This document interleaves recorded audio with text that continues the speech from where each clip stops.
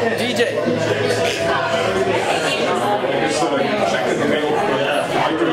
Good morning.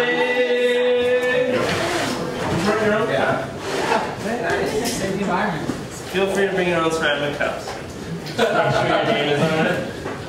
Peter. Peter LeBeau. Environmentalists and residents.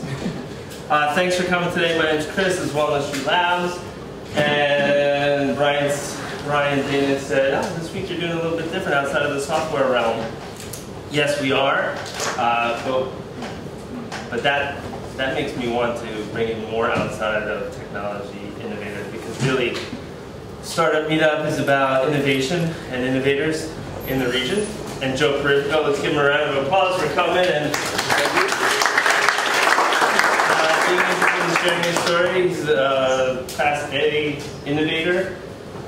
Invented essentially the pop-up shop, which is near and dear to our heart because it saved our ass up front when we paid rent with it for 5 months. On the weekend we ran a retail shop out of here. We do this every week. This is our 80th in a row, 80-something-th in a row. And we're going to continue. I think we're booked into December, Ben? Maybe. Yes, we are booking into December. Are we? That's great. So we also do an event on Wednesday nights. This is also Mike Ludermoser. He does video along with Sean and Jaren's taking photos. So you're probably going to end up all over social media today, everybody in the audience. Wednesday nights we do Night Owls, which is used to be just a hangout. It's still a hangout. Now we have 3 floors, so you can find a place to hang out. But this week we're doing a demo. We're doing demos every other week. This week we're doing a demo from former founder of Refinery, which grew to be like a 150-person agency in Conshohocken, maybe. And now they're doing a local mobile social retail app. Come and you'll find out more about that. And then in the intermediary weeks, we're doing educational stuff. So last week we did an intro to Meteor.js, which, based on Will Hunt's reaction, is kind of like the best thing since sliced bread in the development world. Makes development super easy and super fast. I had like, he just kept developing stuff during the day, and I was like, stop doing that. So if you want to be inspired and learn new skills, come on those days.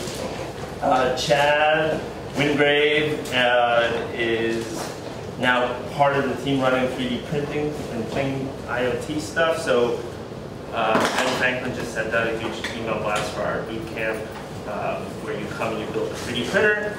So all that's meant to kind of create innovation in the community. Last thing, we've been running for a couple months because people keep asking us for references or referrals. Hey, do you know somebody who does X? So we put that site together just to kind of answer those questions. Then we decided, then we ended up at Cold Light Solutions, and we came up with this concept called Tech Tours, where we walked in and we interviewed everybody. Turns out they love that video. It's kind of like Startup Meetup video, but for someone else. And we took it, did the video, they loved it, they put it on their About page, it's at the top. So then we pivoted a little, we merged to Let's Work Chesco, which is across the county, because we figured we should be going into all businesses and doing these kinds of videos, because it really brings people directly into an organization and shows culture. We also kind of call it Charlie Rose with a hoodie. You know, we walk in and we just chat with people, and so we just soft launched that a couple days ago. I think we're hard launching it today, which really means that we're just going to pummel everybody with social media and campaigns to let people know. So we've had a bunch of companies already push jobs through there, but it's really a job board as a Trojan horse to get people onto video content marketing. So check that out if you have a chance. All right, Ben, anything else? I think you pretty much covered it. Thank you. Okay, Joe, I've heard a little bit of the story. And looking forward to hearing it again in more detail, and we'll do some Q&A after. So let's give him one more round of applause, make him feel. Good morning, everyone. It's a pleasure for me to be here. here, and I want to thank Chris and Ben for inviting me. I've been to a couple of these sessions, and I think it's organizations like Walnut Street Labs that are really the foundation of helping to build entrepreneurial America, and that's really what it's all about, business with entrepreneurs and making this country move forward and creating great and exciting new concepts. I'm going to have 3 phases to my talk today. One is sort of an introduction, just so you know I have the qualifications to be here and talk to you about it, and then I'm going to get into the meat about the pop-up store industry, and then the last phase of it will be about a very new and exciting project that I'm involved in now in the pop-up store industry, which has established itself in an early phase as a new wave of creation for pop-up stores. And so we'll do all 3 of those phases, and then we'll have the Q&A at the end. I have nowhere to go after this. I was warned by Chris and Ben, don't make any appointments afterwards. So if at the end of the thing and even beyond the Q&A you want to meet up afterwards, I've got nowhere to go. I'm yours, so we'll take it from there. As boring as this may be, the start of the story, I have to take you back to my first day at college at Villanova University when I showed up with my beanie on and my pant legs rolled up as part of the orientation process. And I met with my advisor, a guy named Al Clay, God rest his soul, who played such a big role in my life because I go to meet Al, and he's my advisor, and he says, okay, you know, what kind of courses you want to take? And I said, Mr. Clay, I'm the first one in my family to get here, so I thought you could tell me. So he found out what I liked in high school and what I didn't like. I sort of gravitated early towards business. I never would have passed chemistry or physics without a good lab partner that I could copy from. But I got A's in economics. I was the president of my junior achievement club. We made lamps and made a profit in our first year of business. So he, in 15 minutes, laid out the following. You'll come here and you'll major in accounting and finance, so you know the structure of business. You'll minor in English, so you know how to communicate with people. And then when you're done here, you'll go across the tracks to the law school and become a business attorney. So in that 15 minutes with good old Al Clay, my entire career was laid out because that's exactly what I did. He said, lay it out this way, I did. And then he was very instrumental during my college years in getting me internships with what was then Deloitte, Haskins and Sells, Deloitte and Touche. Now it's Big 8, Big 6, continuing consolidations. But I had a background with public accounting. I went to law school. And after graduating from law school and really concentrating on the business end of things in law school, I knew I wasn't going to do divorces. I knew I wasn't going to chase ambulances. So most of my elective courses while I was in law school were in the business area.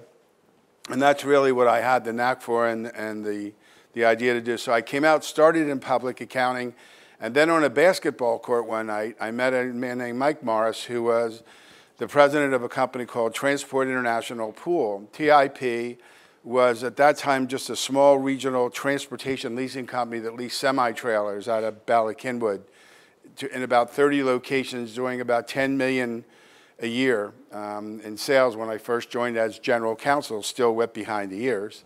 But the president of the company was tired of paying big legal fees to some of the outside attorneys, so he thought he'd get this young kid and slap him around and train him in his image and likeness and cut the legal fees down, which is how I got that job.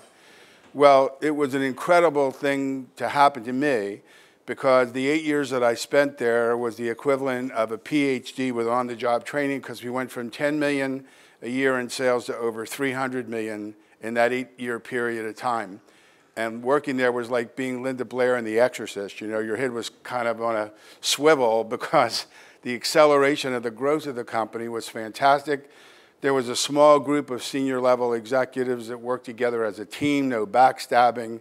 And it was an exciting place to work because we grew in that period of time from 30 locations to 300 worldwide. So I spent a lot of time in a lot of lonely airports from San Francisco to Amsterdam looking for places to put our locations.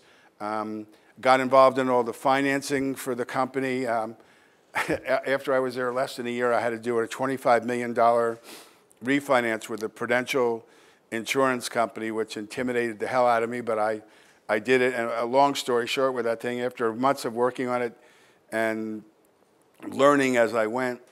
We finally get to the closing, which was an entire day, and now my chest is 4 inches, bigger because I'm so thrilled that I accomplished this $25 million loan. And the loan officer said, "Are you ready to fund it?" And I said, "Yeah," and I handed him the wire transfer instructions, and he picks up the phone and says, "Get me the petty cash department." So, because the Prudential $25 million pretty much is petty cash. To me, it was a big thing. But we bought a lot of competitor companies along the way, smaller companies. So I learned how to do business evaluations, negotiate acquisitions, draft the documents. We were privately owned when I first joined, and then we went to the NASDAQ, and then we went to the Amex. Ultimately, we were about to file for membership in the New York Stock Exchange once we reached our dollar amounts that qualified us. And out of nowhere, one day I come in and find out we're being acquired by another company based in Minneapolis, Minnesota. And moving up from that point on meant moving to Minneapolis, Minnesota, where summer comes July 14th and 15th each year, and if you're lucky, it's a weekend. And my roots were here in the Philadelphia area, so I wasn't going to do that, much to my dismay. But what happened was a set of circumstances that propelled me to where I am today in the entrepreneurial field, because two other executives of the company also weren't going to make the move. One wanted to start a business. He had been dreaming about doing that on his own for a while, and he asked me if I could help him. So after I put him on my psychiatric couch to make sure he was ready to cut the employee umbilical cord and become an entrepreneur, I put a business plan together, for him, placed his financing, placed his insurance, formed his new company, set him up with a good CPA going forward because I wasn't going to do day-to-day accounting. Went to the closing dinner, got a check, got a hug, and I thought, wow, this is interesting. And then another guy in the company wanted to acquire a company in an unrelated business, and I did the same thing I did for him, the other guy, except I negotiated the sale. So another closing, another hug, and I went home and looked myself in the mirror one day, and I said, I don't know a 5-county area that can combine legal, real estate, finance, business acquisition, sales, and an entrepreneurial background all under one roof. So I went into private practice for 15 years, helping the entrepreneurs to start businesses, buy them, sell them, finance them, fix them if they're broken, and the array of clients was across the board. I had two qualifications then, as I have now. One, I had to like the people I was dealing with, because Mr. Clay did not tell me to minor in psychiatry or psychology, so I, try to shy away from those issues. And two, I had to believe in the project, and that doesn't mean that it had to be an easy project. It just meant it had to be something that I could buy into and that I could sell to a bank, an investment banker, or whatever. The clients were environmental, manufacturing, retail, doctors, dentists. It was really across the board. Hospitality. The second client I picked up was a guy named Babe Ignazio in media, who was the founder of the Townhouse. So all of a sudden I became Mr. Hospitality in the Delaware County area and helped people buy and sell a lot of restaurants in that area, and enjoyed the heck out of it. I had some incredible clients. I don't know if anybody in this group knows of or about a young man named Michael Rubin. Michael is a 41-year-old billionaire, and I was his first business attorney when he was 17 years old. I helped him do, ironically, a pop-up store selling closeout skis and ski apparel. And he was so young, his father had to sign the lease, but he made $125,000 at the age of 17 selling closeout ski equipment, and now owns 10% of the 76ers, so I'm not sure whether that's a good investment or not at this point. But anyhow, it was varied like that, and I enjoyed the heck out of it. I'm rolling along with it, and one morning in the early 90s, I wake up, I turn on the TV in the morning while I'm having my juice, and I hear about this strange event called the SNL debacle, and I learned that within 60, 90 days, I was out of business because I couldn't get orthopedic surgeons alone at that period of time, because the whole lending industry literally shut down. Both S&Ls and commercial banks were, just not lending money at that time. So I'm trying to fast forward my brain. So like, what do I do now? How long can I weather this storm? And one evening, I'm telling this sad tale of woe to one of my clients, who was another seat-of-the-pants entrepreneur named Bruce Goldman, who had started this little crazy costume company called Halloween Adventure and had 8 or 9 stores run by his wife, his son, you know, his uncle, and a whole bunch of people in an industry which was really just incubating at this time. This goes back 23 years or so. And I had represented the company for a couple of years, did some financing, and started doing their leasing for them as well, because I had retail contacts with Kravco, Simon, General Growth, and the rest. So long story short, that night I got the offer that I couldn't refuse, and for the last 23 years, I've been CEO and General Counsel of Halloween Adventure and Smart Toys, which was another concept that we started 6 or 7 years ago, doing on average 150 pop-up stores from New England down to Virginia and out to Pittsburgh, and incubating some of those into permanent deals as well, and really enjoying the retail world, again, working with a small group of individuals who I love dealing with, and literally being a pioneer in the pop-up store industry, because 23 years ago, pop-up stores didn't exist. The first time I went to King of Prussia Mall, knocked on the door of the then general manager, Bill Sullivan's office, and said, "Mr. Sullivan, I'm Joe Purifico, Halloween Adventure. I want to rent a store for you for 2 months, the months of September and October." And he looked at me like I had 12 heads, because, what do you mean 2 months? We do 5-year deals, we do 7-year deals. I can get you a good price for a 10-year deal, but we don't do 2-month deals. So I'm still not quite remembering how I convinced him to do that, but we did. And the Halloween industry itself took off to the point where now it's second only to Christmas in terms of retail sales. And it got that way, ironically, because adults started buying into the holiday as well. You know, way back when we started, it was just, 90% of our sales were to kids. And even though kids account for the largest portion of heads that we see into the stores, the adults spend way much more on themselves than they do on their own children.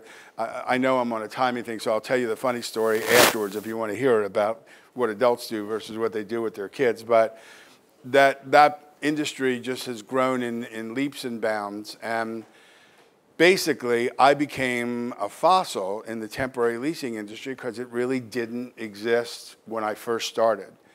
Today, the pop-up store industry, and its technical name is specialty retail.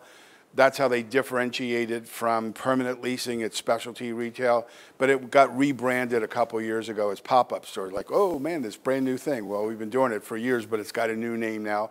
And its acceptance and credibility over the last 4 or 5 years especially has gone off the wall to the point where it's an $8 billion a year industry right now.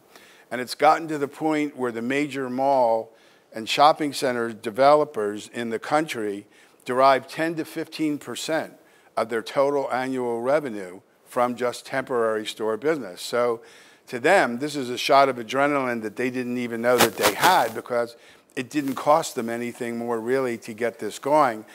And it manifests itself in 3 formats. Any mall you walk in today, or a lifestyle center with outdoor retail areas, are operating carts, which are mobile, wheels, and they have all different looks and shapes to them. Kiosks, which are more permanent fixture in the common area, and then regular inline stores as well. If a lease terminates, if a company goes down, which is, we all know, unfortunately, since 2008 has happened a lot, you wound up with vacancies in those malls. And malls and shopping centers do not like vacant spaces. It doesn't make them look good. It's, lessens the traffic. So if they can bring somebody in to run a seasonal business, especially at a time when there may be a hole in retail foot traffic, they love it. And by that I mean, think of Halloween as a holiday. It operates September and October. The crazy part of it is we do 50% of our business for the whole season in the last 10 days in October, because that's when all you guys wake up and say, oh my God, I got to take the kids out or I'm going to a party, so that you all wait till October 20th before you come into the store and then drive us nuts. But the part of it that is is interesting about it is that it's just a 2-month period of time, and in that 2-month period of time, it's after back to school, which is a busy mall traffic time, but it's before holiday. So it's really a dead time of the year. So in addition to making some rental money that the stores wouldn't have generated in revenue, they're bringing thousands of people into the mall, not only to our store, but when they're there, you know, they're going to other stores, they're going to the food court, there's some spin-off benefit. So that's the great part of the whole thing.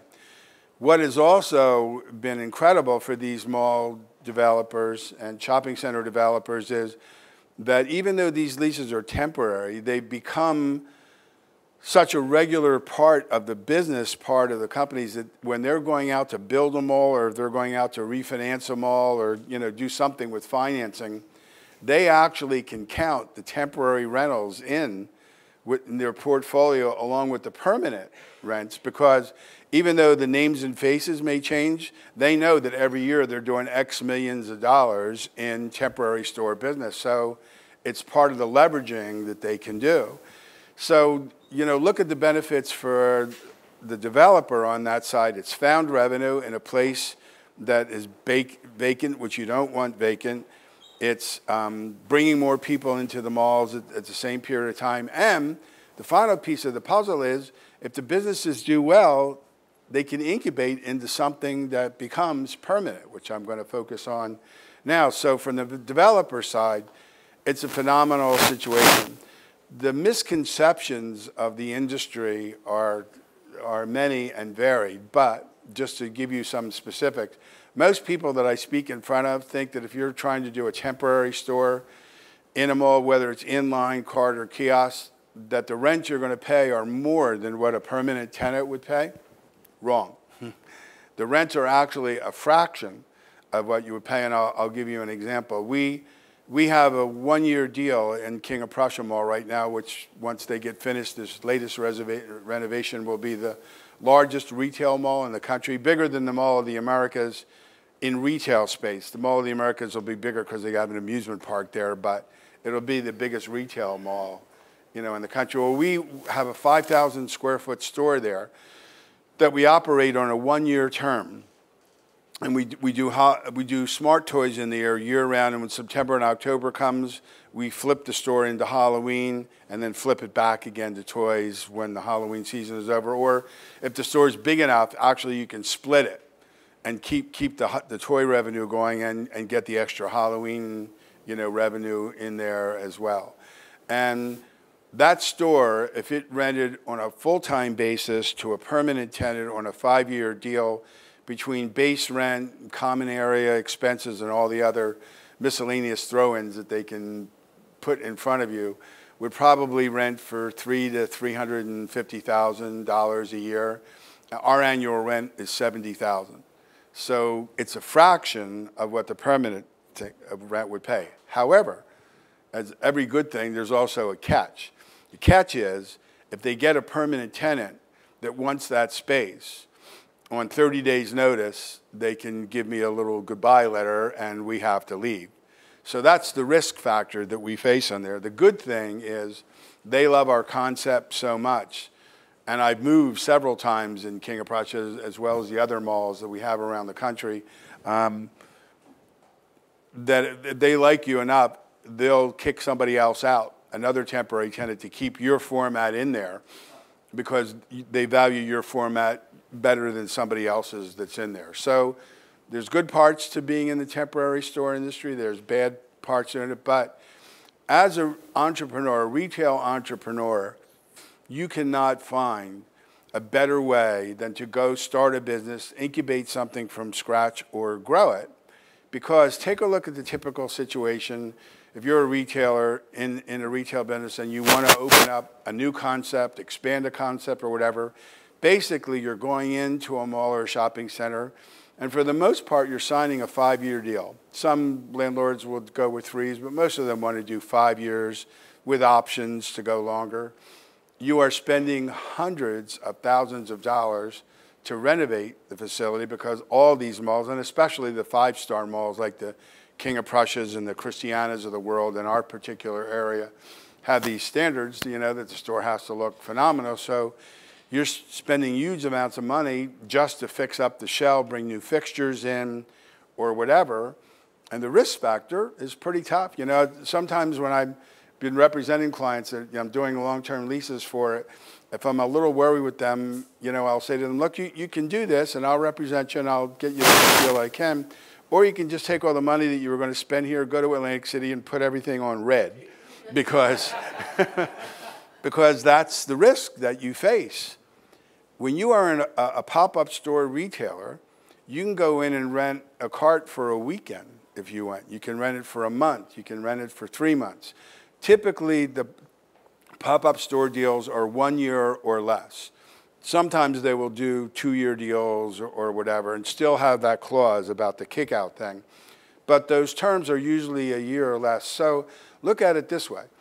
You've got some new product that you want to bring into the marketplace. And I'll give you an example of something that I'm going to get to in the third part of what I was going to talk to you about today.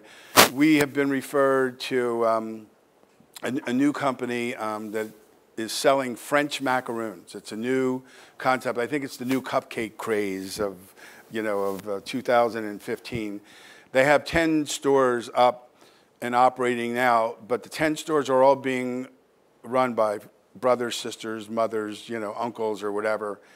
The Simon Properties, who referred them to us, which is the largest mall developer in the world, loves the concept, wants them to grow, so they referred them to my new company, and we're going to roll 50 stores out for them this year, get up to 150 the following year, and within 3 years from now, the plan is to have, you know, 200 of these things open and operated in that period of time.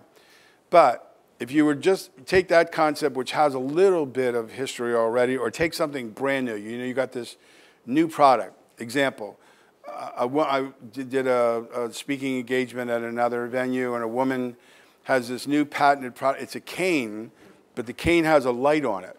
And she's got it copied, you know, patented, whatever. And, you know, for elderly people walking with the cane at night, this is, whenever you put that thing down, it's showing exactly where you're putting it down. Well, they're on the internet with it right now, but she wanted to try it on a retail basis. So for her, I said, here's a potential P&L pro forma rollout. Let's open 2 of these right now. We'll pick the malls that we want to put it in. We'll pick the location malls, and by the way, we'll focus it in malls that have a good geriatric, you know, crowd in it, because obviously that's the best place to do it. You're not going to put it, you know, where the average house age is 20 years old. You're going to go it on the other side. But we'll go in there for November and December.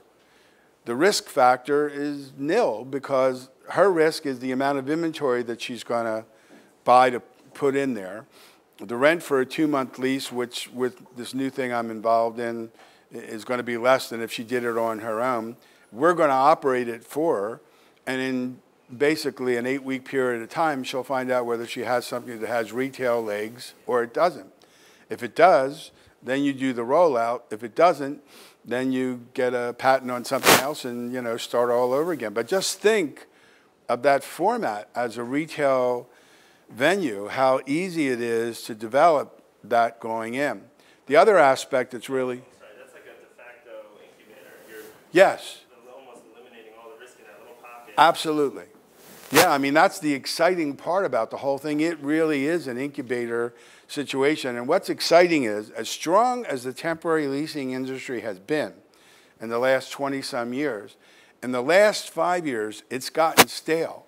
If you walk through King of Prussia Mall or Exeter Mall, which is the closest one to here, count how many cellular phone kiosks you'll see in there. Count how many sunglass things you'll see in there. New people haven't come in to the marketplace in the last 5 years. So the mall developers want 2 things. They want new products brought in. So to incubate new ideas, new products, you go in with something that they think is exciting and has some legs that can expand. They're going to treat you with kid gloves, A, and B, there is a B, and I just had a momentary lapse, which happens when you get close to my age, is, oh God, is, what I was talking about. Yeah, so also, I got it, thank you, is the part where something that they like. every mall developer has a favorite little kiosk operator with a product they like, people they like, they pay the rent on time, the product, situation is good. But like the macaroon people, they don't have the capability of expanding it into something national. Simon has 350 malls around the year.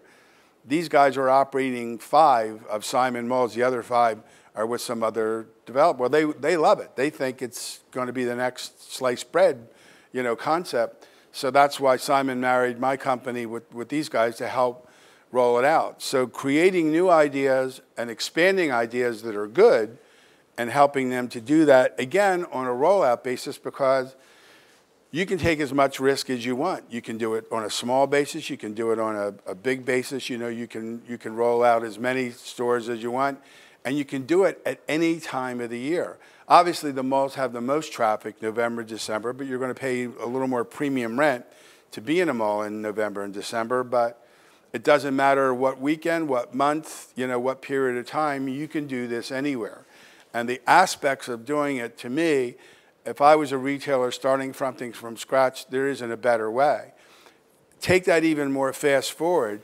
It's become so attractive right now that the national retailers in this country, if they want to roll out a new territory, they want to expand into a state that they're not in now, or if they want to roll out a new line of product or some sub-line of what they're doing, they're now doing the pop-up stores as well. So it's not just the seat of the pants entrepreneur, it's big companies. And why? Because the risk factor is minimal, and you get to test a new area, you get to test a new product, you get to test it for reasonable amounts of money, and it's really an exciting way to try anything in that retail vein and help it, grow, even to the extent of informational things. Example, this company that I'm involved with now, JBC and Associates, just this year rolled out 20 informational kiosks for lumber liquidators. So you actually walk into the kiosk, and Lumber Liquidators has all these different samples on the floor and on a little display area of the different flooring that they sell. They don't sell them in the mall, but they're educating people as to what they do, how they do it, what their prices are like, and then the person manning that kiosk will send you to the closest Lumber Liquidator store. So you can use it just as an advertising vehicle if you want, at any time of the year if you want. So just think of the there are unlimited amounts of possibilities and ways to undertake this and move it forward. So now fast forward to January, I'm just starting the private practice all over again, and I didn't transition, so I'll drop back for a second. So after 23 years with Halloween Adventure, traveling 40,000 miles a year in my car, basically being on call 7 days a week, running a retail business, I said to myself, when you go to the doctor, you say, "Doctor, it hurts when I do that." And he said, "Don't do that." I said, it's time for me to slow down a little bit. I have 5 grandchildren right now, which if I knew they were this much fun, I would have had them first. But, I wanted to spend time that I could create on my own and not be driven by the million possibilities that occur when you're running a retail business. So I decided I was going to get back into private practice again. I had a board of directors meeting with myself in the Mirror in December and said, I'm going to start Entrepreneurial Advisors, and I'm going to go back to what I was doing 20-some years ago, helping entrepreneurs to start, buy, sell, and finance their businesses. And I decided to do it for a couple reasons. Number one, unlike back in the 90s when the S&L debacle occurred, the lending environment for commercial banks and investment banking is probably the best it's been in my career right now. I mean, just walk through Westchester. How many banks weren't here 2 years ago? There now all these new boutique banks are opening up. Some of them really are very aggressive what they'll do. They think out of the box. So the lending atmosphere for both debt and equity finance is very strong.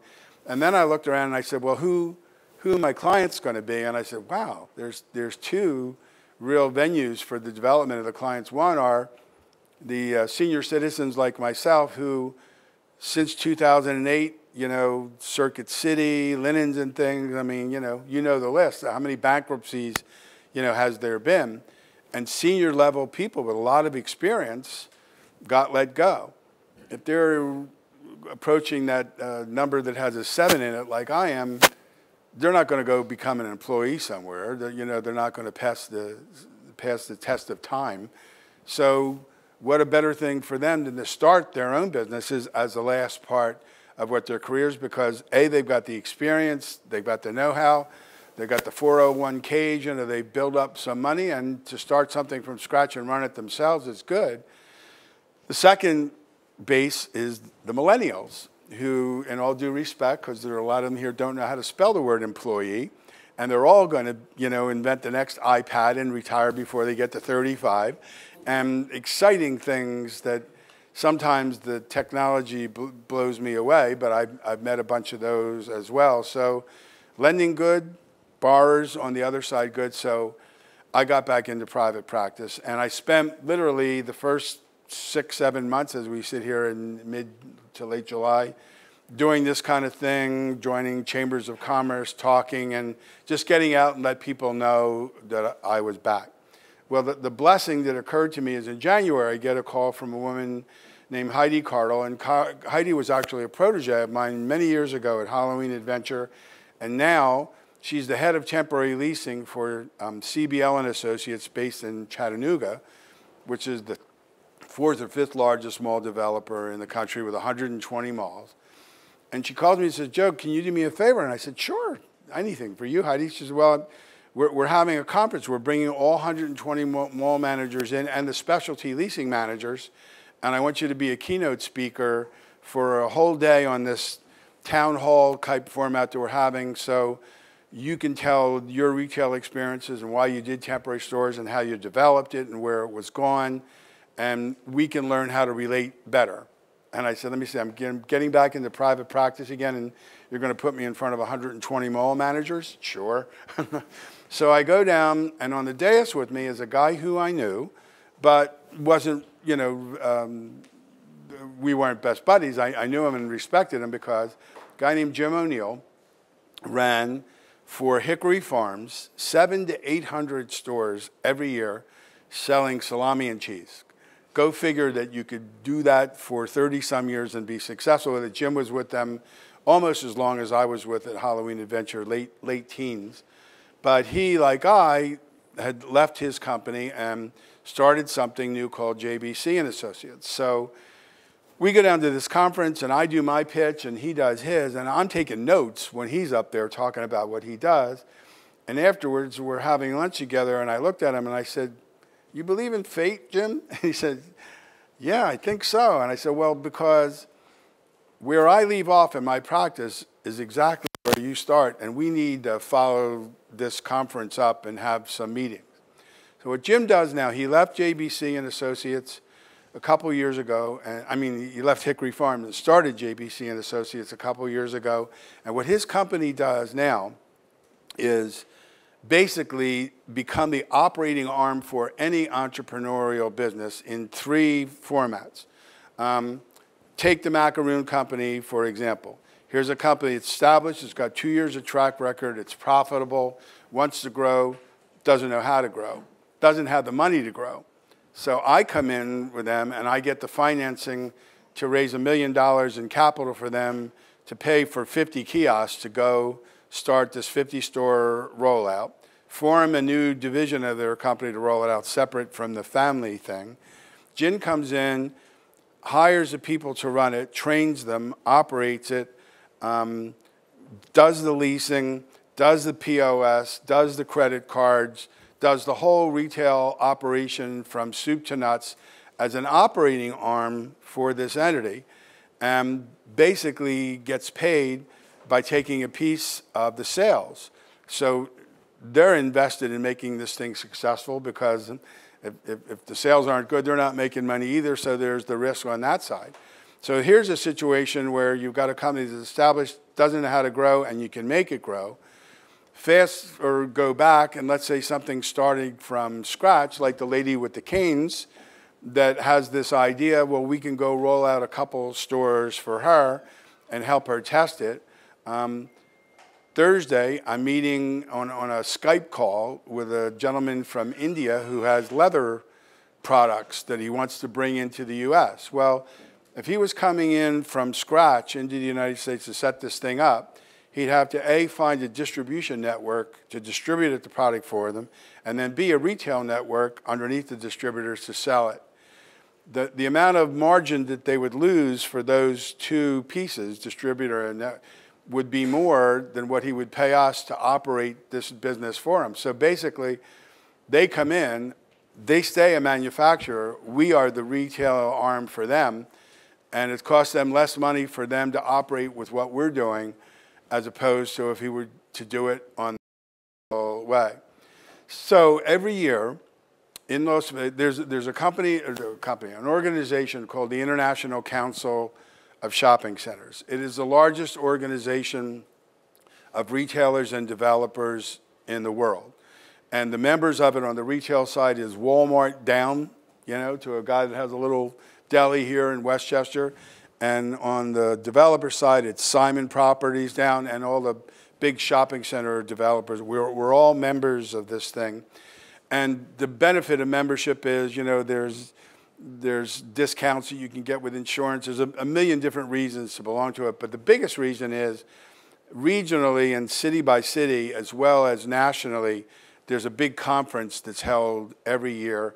And you go there and you make deals. The retailers meet with the developers and say, I want to roll out 50 stores this year. I want 10 of your malls. I want 10 of your malls. And that's where you go to do it. Well, the good thing for Halloween Adventure and for me was, since I've been in this thing so long ago, 15 years ago, that organization asked me to sit on the committee that puts the temporary part of that conference together that draws 50,000 people internationally to Vegas for this show that occurs. So now, in addition to rubbing elbows with the people I'm normally making deals with, I'm rubbing elbows with the who's who of the leasing industry who rotate in and out of this thing. People tend to stay on it for a year or two, especially if they're a senior executive from a big company.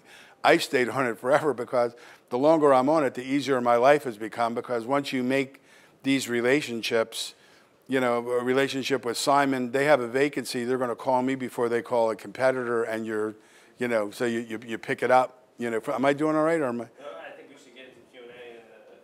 And, okay, so let me wrap, and then we'll do the Q&A. So being on that committee has helped me to establish relationships to the point where I know the heads of every major mall and shopping center developer in the country, and couple that with what Jim does on the operational side. We are now at the point where Simon Properties called us in to their corporate headquarters last Wednesday and had an 8-hour meeting with us, telling us that we are the only company that does this in the whole country, and that not only are they going to feed us tons of deals, which they've already started to do, but if we're incubating new projects, they're actually going to give us reduced rents to get these things going and put us in whatever malls of theirs that we want to put these things in to get them incubated, because basically we're unpaid employees for them, helping their company to grow by bringing new things in, expanding things, and bringing new leases into the picture. That's my story, and I'm sticking to it.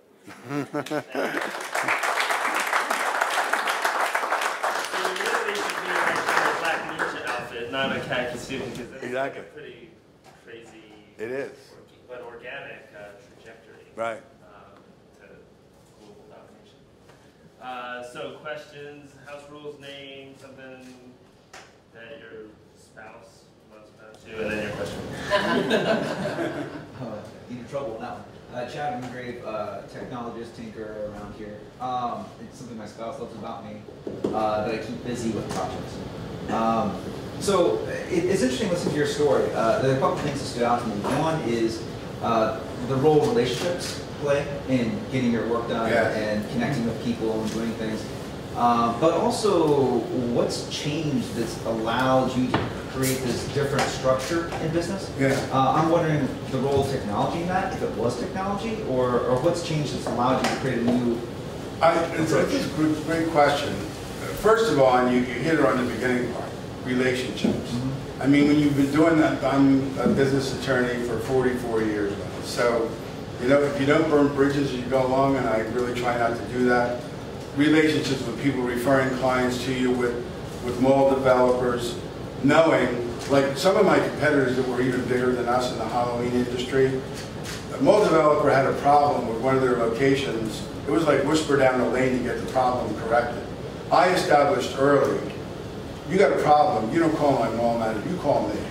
And I get it, you know, corrected like that. So the relationship part of this is unbelievable, because once you establish that and you're in the pipeline, the good location, the ability to do business with these developers is just so much easier. It just makes your life easy. And imagine trying to do 150 or 700 or 800 stores every year from scratch.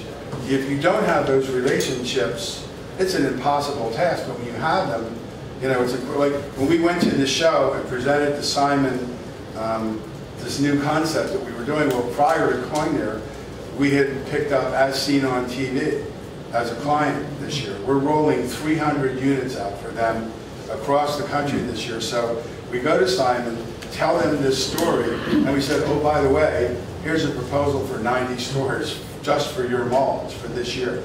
So we not only talk the talk, we walk the walk, and we purposely did it at the end, just as a little icing on the cake thing.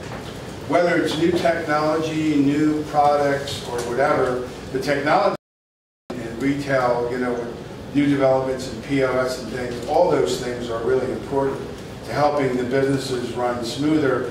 If it's technology that can be sold, and you know, by using a retail venue as opposed to online or whatever, in a retail format, whether it be a shopping center or a mall or a lifestyle center now is the new thing. You know, it's a lifestyle center is a mall without a roof on it. King of Prussia next to Wegmans, they're putting up a lifestyle center now, which is a Main Street kind of a property as opposed to traditional straight line supermarket anchor shopping center. So there is literally opportunity for anything that you can conceive of in this market, and to go in at a low cost, low risk, with a tremendous upside potential. That's what's exciting about it, and what's even more exciting for me, which is now why I'm a born-again businessman, including a born-again Christian, is the company that I'm with now with JBC, this time next year could be the biggest operator of temporary leases in the whole country. We will have 500 stores rolled out just this year alone. And the buy-in has been so big from all the developers, because they've been trying to do this on their own, but they've been doing it from the top down and how to do it from the bottom up. If you say to a mall manager, in the addition to the 100 other things that are on your to-do list today, go find me new tenants, figure out how to incubate these. We can't do that. I'm too busy running a day-to-day thing. That's our job. And they don't have to pay us a nickel. Several people, when we were doing this presentation, said, I don't have to pay anything? Are you sure I don't have to pay anything? Look, if you want to, we'll accept it. But basically, we're here to help you, because it's one of those rare situations in business where everybody wins. We get the clients, they get more leases, the client gets more stores, or incubate something new from scratch. Okay. Hi, Joe. How you doing? Hey, good to see you. Good to see you too. My name is Robert Todroff, and I've known Joe for 12 years. Started at the Halloween Adventure. I came in as the financial advisor, the person that takes care of all their benefits. So anyway, calling Joe when we needed to talk about something, no matter where he was, whether he's in the car, at the end of a meeting, Joe was always there. He is the real deal when it comes to this. I've known him and his original partner, Bruce Goldman, who started Halloween Adventure. It's just amazing. Anytime I ever spoke to Joe, I always became more knowledgeable after I spoke with him, because just the question evolves into a conversation. And Joe is the real deal. Something my wife would say to me about me. I'm too shy. Checks in the mail, Robert. Thank you. I'm Jessie Pearsall. I'm Special Events Coordinator here at the lab, and my spouse would probably say that I'm low maintenance, which is probably good. My question, and I'm going to preface this, I'm not a typical mall shopper, but so like a month or so ago, I was in the Exton Mall. Probably not a super, that's not a mall that's on the up right now, I mean, clearly. But as I was walking around, and the reason I was there was to take to a big box store that I had bought online. It's the only reason I was there, but I did a lab. And I was very aware that I was walking in a dinosaur, is what it felt like. Yeah. So hearing you talk about this vibrant, dynamic mall life feels so different from, I was like, wow, the shopping mall is dead, is how I felt. So I wondered, you know, kind of in today's consumer model, it's different. People buy stuff off the internet, or they go to the cute little, let me buy locally. Right. But it seems like going to that one stop, or one shop stop, you know, big behemoth of the shopping mall, doesn't seem like something that people do now. But what I'm hearing from you is that's way different. Fantastic question, and I'll answer it this way. I don't know what the total count of malls and shopping centers is in this country, but it's huge. Is the internet affecting it? You bet.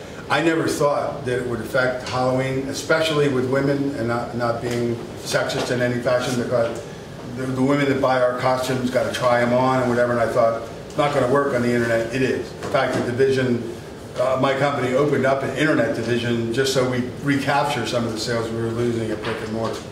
Mall business is still very vibrant. Brick and mortar is still very vibrant, but it depends on the area as to where you want to be in. And your example is a great one, because what's happened here in our little part of the world is King of Prussia Mall has killed 6 or 7 other malls in this immediate area. Granite Run Mall is being knocked down now and made into a lifestyle center. Exton is a ghost town, even though General Growth spent millions of dollars to renovate it. Plymouth Meeting Mall is a ghost town, and it's because King of Prussia got so big, and you know, you don't go to a mall that has 11 anchor stores to it and can go from the low end to Sears to Neiman Marcus on the high end. So it's become such a magnet that it's really sucked the lifeblood out of some of the other malls in the area. So malls are still vibrant, but you have to know not only what mall that you want to be in that has the foot traffic, and we can prove what that foot traffic is, but you got to be in the right place in that mall.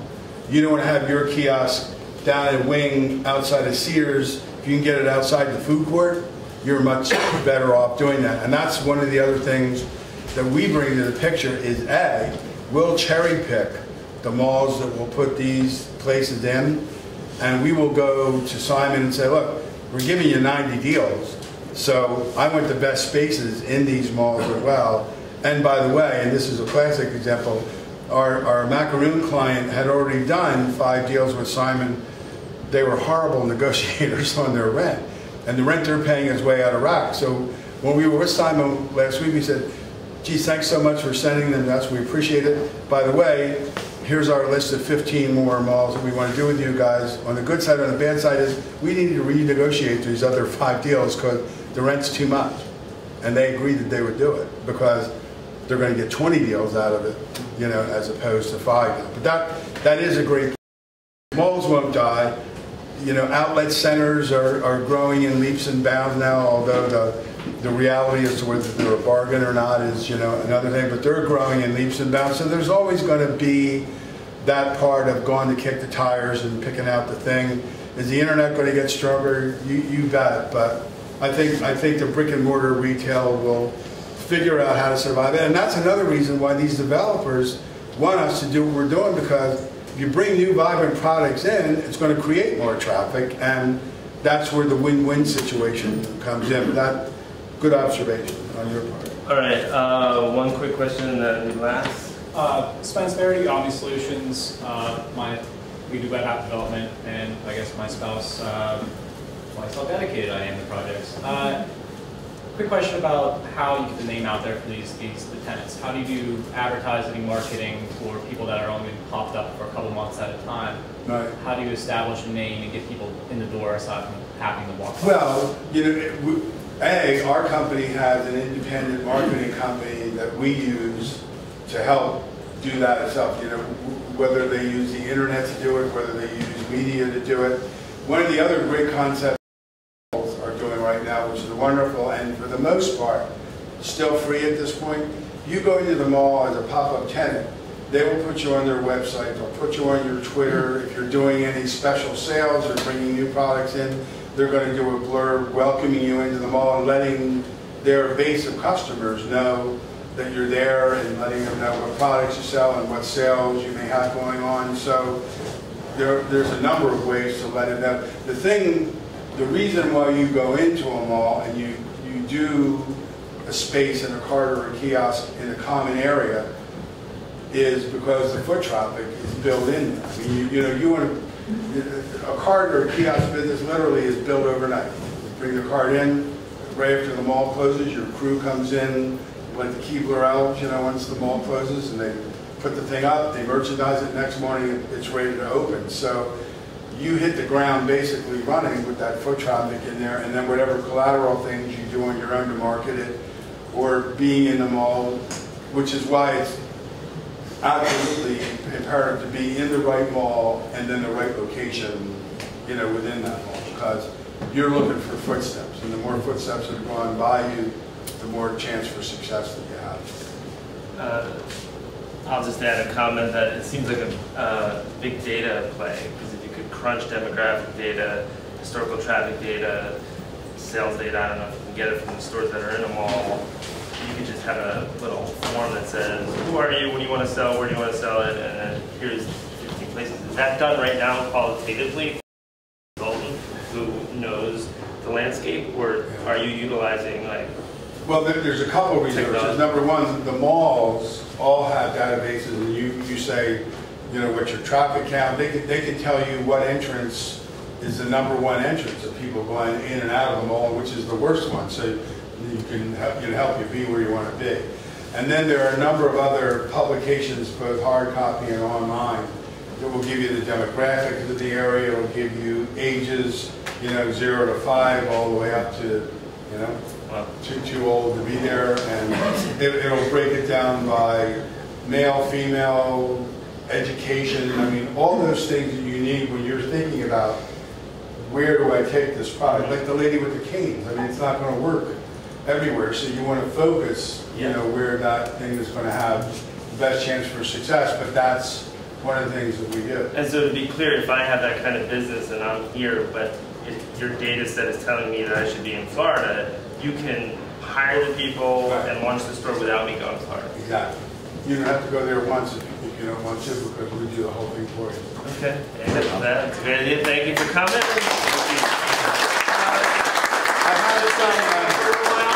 I have some brochures from Entrepreneurial Advisors, and I actually have this was the presentation that we gave at this conference, which tells you what we do and how we do it, so if anybody's interested in that. And you can go online at JBC and Associates or Entrepreneurial Advisors, and there's more information there as well. But and I have cards, so if anyone today or whatever would like to get in touch.